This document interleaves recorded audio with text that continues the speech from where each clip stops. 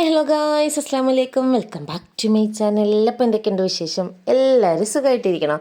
അപ്പോൾ ഇന്നൊരു അടിപൊളി റെസിപ്പി ആയിട്ടാണ് വന്നേക്കണം. നമുക്ക് ബീഫ് റോസ്റ്റ് ഉണ്ടാക്കാം. ബീഫ് റോസ്റ്റ്, ബീഫ് ഫ്രൈ എന്നൊക്കെ പറയും കേട്ടോ. നമുക്ക് പെട്ടെന്ന് തന്നെ ഉണ്ടാക്കാൻ പറ്റിയ അടിപൊളി ഐറ്റമാണ് കേട്ടോ. അപ്പോൾ കുറച്ച് ചാറുകറിയും പിന്നെ ഈ ബീഫ് ഫ്രൈയോടെയൊക്കെ അടിപൊളിയാണ് കേട്ടോ ചോറിനേക്കും. അപ്പോൾ കുറച്ച് ബീഫ് ഞാനിവിടെ എടുത്തിട്ടുണ്ട്. എല്ലോട് കൂടിയുള്ള ബീഫാണ് കേട്ടോ ഞാനിവിടെ എടുത്തേക്കണം. എല്ലോട് കൂടി ഉള്ള ബീഫ് എടുത്ത് അത് നല്ലോണം ഒന്ന് കഴുകിയിട്ട് കുക്കറിലേക്ക് ഇട്ട് കൊടുത്തിട്ടുണ്ട്. ഇനി നമുക്ക് അതിലേക്ക് കുറച്ച് മഞ്ഞൾപ്പൊടി ഇട്ട് കൊടുക്കാം.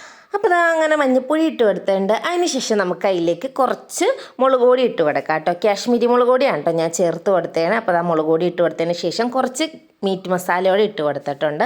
കുറച്ച് ഉപ്പോടെ ഇട്ട് കൊടുത്തിട്ട് നമുക്ക് നല്ലോണം കൈ കൊണ്ടോ നല്ലോണം ഞെവിടി നല്ലോണം മിക്സ് ചെയ്തെടുക്കാം കേട്ടോ.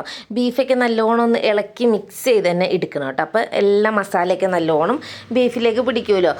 അതുകൊണ്ടാണ് കേട്ടോ ഞാൻ കൈ കൊണ്ട് മിക്സ് ചെയ്യണമെന്ന് തന്നെ പറഞ്ഞത്. ഇനി നമുക്ക് നല്ലോണം ഒന്ന് മിക്സ് ചെയ്യാൻ വെള്ളം ഒഴിച്ച് കൊടുക്കുന്നില്ല കേട്ടോ. ഇതിൽ അത്യാവശ്യം വെള്ളം ഇറങ്ങും. അപ്പോൾ ഇതിനെ അടച്ച് നമുക്കൊരു 5-6 വിസിലടുപ്പിക്കാം. അത് ഓരോരുത്തരുടെ കുക്കറിൻ്റെ ഇതനുസരിച്ചിരിക്കും കേട്ടോ. അപ്പോൾ ബീഫൊക്കെ നല്ലോണം വെന്ത് വന്നിട്ടുണ്ട്. അതിൽ നിന്ന് വെള്ളമൊക്കെ ഇറങ്ങി നല്ല സെറ്റായിട്ടുണ്ട്. ഇനി അതങ്ങോട്ട് മാറ്റി വെച്ചതിന് ശേഷം നമുക്കൊരു മിക്സിയുടെ ജാർ എടുക്കാം. അതിലേക്കൊരു 10-12 ചുവന്ന മുളക് ഉണ്ടല്ലോ, വറ്റൽ മുളക്. എരിവ് വേണ്ടാത്തവരാണ് ഈ കാശ്മീരി മുളക് ഇട്ട് കൊടുക്കുക കേട്ടോ. ഈ വറ്റൽ മുളക് ഉണ്ടല്ലോ, കാശ്മീരി മുളകിൻ്റെ പിരിയമുളക് എന്നൊക്കെ പറയും, അത് ഇട്ട് കൊടുക്കുക. അതിനുശേഷം അതിലേക്ക് ഒരു സവാള ഇട്ട് കൊടുക്കുക, ഒരു ഉണ്ട വെളുത്തുള്ളി ഇട്ട് കൊടുക്കുക, പിന്നെ ഒരു വലിയ കഷ്ണം ഇഞ്ചി തൊലി കളഞ്ഞും ഇട്ട് കൊടുത്ത് നല്ലോണം ഒന്ന് ക്രഷ് ചെയ്തെടുക്കുക കേട്ടോ മിക്സിയുടെ ജാറിൽ. അപ്പോൾ നമുക്കിങ്ങനെ ഈ രൂപത്തിൽ കിട്ടും കേട്ടോ. ഇനി നമുക്കൊരു കാര്യം ചെയ്യാം.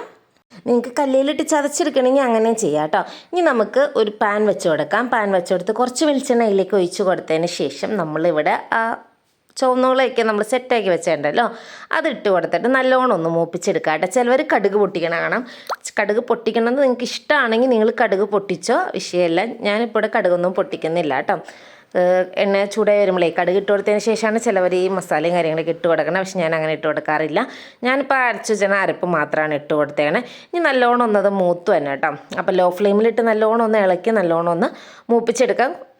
ഫ്ലെയിം കൂട്ടിയിട്ടിട്ടുണ്ടെങ്കിൽ ചുമ കുത്തും കേട്ടോ, കാരണം മുളകല്ലേ. അപ്പോൾ ലോ ഫ്ലെയിമിലിട്ട് നല്ലോണം ഒന്ന് മൂപ്പിച്ചെടുത്തതിന് ശേഷം കുറച്ച് കറിവേപ്പിലയോട് ഞാൻ ഇട്ട് കൊടുത്താണ്ട് കേട്ടോ. കണ്ടോ, ഇതുപോലെ നമുക്ക് നല്ലോണം മൂത്ത് നല്ല റെഡിയായി കിട്ടണം കേട്ടോ. നമ്മൾ കയ്യിലിട്ട് ഇളക്കിക്കൊണ്ട് തന്നെ നിൽക്കണം കേട്ടോ. കാരണം എന്താണെന്ന് വെച്ചിട്ടുണ്ടല്ലോ, പെട്ടെന്ന് ഇതാവും മുളകായതുകൊണ്ട് പെട്ടെന്ന് ചുമ കുത്താനും കാര്യങ്ങൾക്കൊക്കെ ചാൻസ് ഉണ്ട്. അതുകൊണ്ട് ലോ ഫ്ലെയിമിൽ തന്നെ ഇട്ട് കൊടുക്കാം. എന്നിട്ട് നല്ലോണം ഒന്ന് ഇളക്കി കൊടുക്കാം കേട്ടോ. അത് നല്ലോണം ഒന്ന് മൂത്ത് വന്നു കഴിയുമ്പോൾ നമുക്ക് അതിലേക്ക് കുറച്ച് മീറ്റ് മസാലയോട് ഇട്ട് കൊടുക്കാം കേട്ടോ. ഈ മുളകും കാര്യങ്ങളൊക്കെ നല്ലോണം ഒന്ന് മൂത്ത് വരുമല്ലോ, അന്നേരം കുറച്ച് മീറ്റ് മസാലയോട് ഇട്ട് കൊടുത്ത് നല്ലോണം ഒന്ന് മൂപ്പിച്ചെടുക്കാം കേട്ടോ. ആ മസാലയുടെ പച്ചമണം മാറുന്ന രീതിക്ക് തന്നെ നല്ലോണം ഒന്ന് ഇളക്കി നല്ല മിക്സ് ചെയ്യാം കേട്ടോ. ഇതിങ്ങനെ വിറകടപ്പത്ത് ഉണ്ടാക്കിയാൽ അടിപൊളിയുണ്ട്. വിറകടപ്പത്തേക്ക് ഉണ്ടാക്കി ഇങ്ങനെ വരട്ടി എടുക്കുമ്പോൾ അത് വേറൊരു ടേസ്റ്റാണ് കേട്ടോ. നല്ല അടിപൊളി ടേസ്റ്റ് ആയിരിക്കും. വിറകടപ്പത്ത് ഇപ്പം എന്തുണ്ടാക്കിയാലും ഒരു പ്രത്യേക ടേസ്റ്റ് ആണല്ലോ അല്ലേ. അപ്പോൾ മുളകും കാര്യങ്ങളൊക്കെയാണ് മൂത്ത് വന്നു കഴിഞ്ഞപ്പോൾ നമ്മൾ വേവിച്ച് വെച്ചാണ് ബീഫ് ഉണ്ടല്ലോ, ബീഫ് നമ്മൾ അതിലേക്ക് ഇട്ട് കൊടുത്തതിന് ശേഷം നമുക്ക് നല്ലോണം ഒന്ന് മിക്സ് ചെയ്തെടുക്കാം. ഈ സമയത്ത് ഉപ്പ് കാര്യങ്ങൾ എന്തെങ്കിലും നോക്കിയിട്ട് കുറവുണ്ടെങ്കിൽ ഉപ്പും ചേർത്ത് കൊടുക്കാം കേട്ടോ. ഉപ്പും ചേർത്തോടെ നല്ലോണം ഒന്ന് മിക്സ് ചെയ്യാം കേട്ടോ. ഇതിൻ്റെ ഒപ്പം ഉണ്ടല്ലോ ഞാൻ ഇപ്പോൾ നമ്മൾ വെറും ചോറുണ്ടല്ലോ, വെറും ചോറും ഈ ബീഫ് ഫ്രൈയും അതുപോലെ തന്നെ കുറച്ച് മോരുകറി ഉണ്ടെങ്കിൽ ഉണ്ടല്ലോ, അടിപൊളി കൊമ്പോയാണ് കേട്ടോ. മോരുകറി തന്നെയാണ് കേട്ടോ ഇതിന് ബെസ്റ്റ്. മോരുകറി അല്ലെങ്കിൽ പരിപ്പറി, ഏറ്റവും ബെസ്റ്റ് മോരുകറി. ബീഫിൽ എപ്പോഴും നല്ലത് മോരുകറി കൂട്ടനെയാണ് കേട്ടോ. ഇനി നമുക്കിത് നല്ലോണം ഒന്ന് ഇളക്കി നല്ലോണം ഒന്ന് അതിൻ്റെ വെള്ളയ്ക്കും അത്യാവശ്യം ഒന്ന് വറ്റി വരുന്ന രീതിക്ക് നമുക്കിങ്ങനെ ഇളക്കി കൊടുക്കണം കേട്ടോ. ലോ ഫ്ലെയിമിലിട്ട് അത്യാവശ്യം ഇളക്കി വറ്റിച്ചെടുക്കണം കേട്ടോ.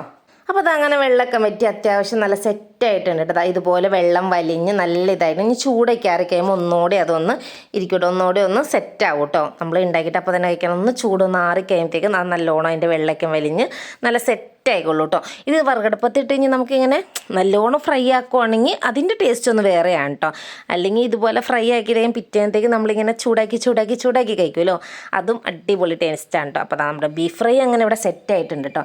അപ്പോൾ നമ്മുടെ ഇന്നത്തെ വീഡിയോ ഇത്രേ ഉള്ളൂ. അപ്പോൾ നമ്മുടെ വീഡിയോ ഇഷ്ടമെങ്കിൽ ലൈക്ക് ചെയ്യുക, ഷെയർ ചെയ്യുക, കമൻറ്റ് ചെയ്യാനും മറക്കരുത്. അപ്പോൾ നെക്സ്റ്റ് വീഡിയോയുമായി കാണാം. ബൈ.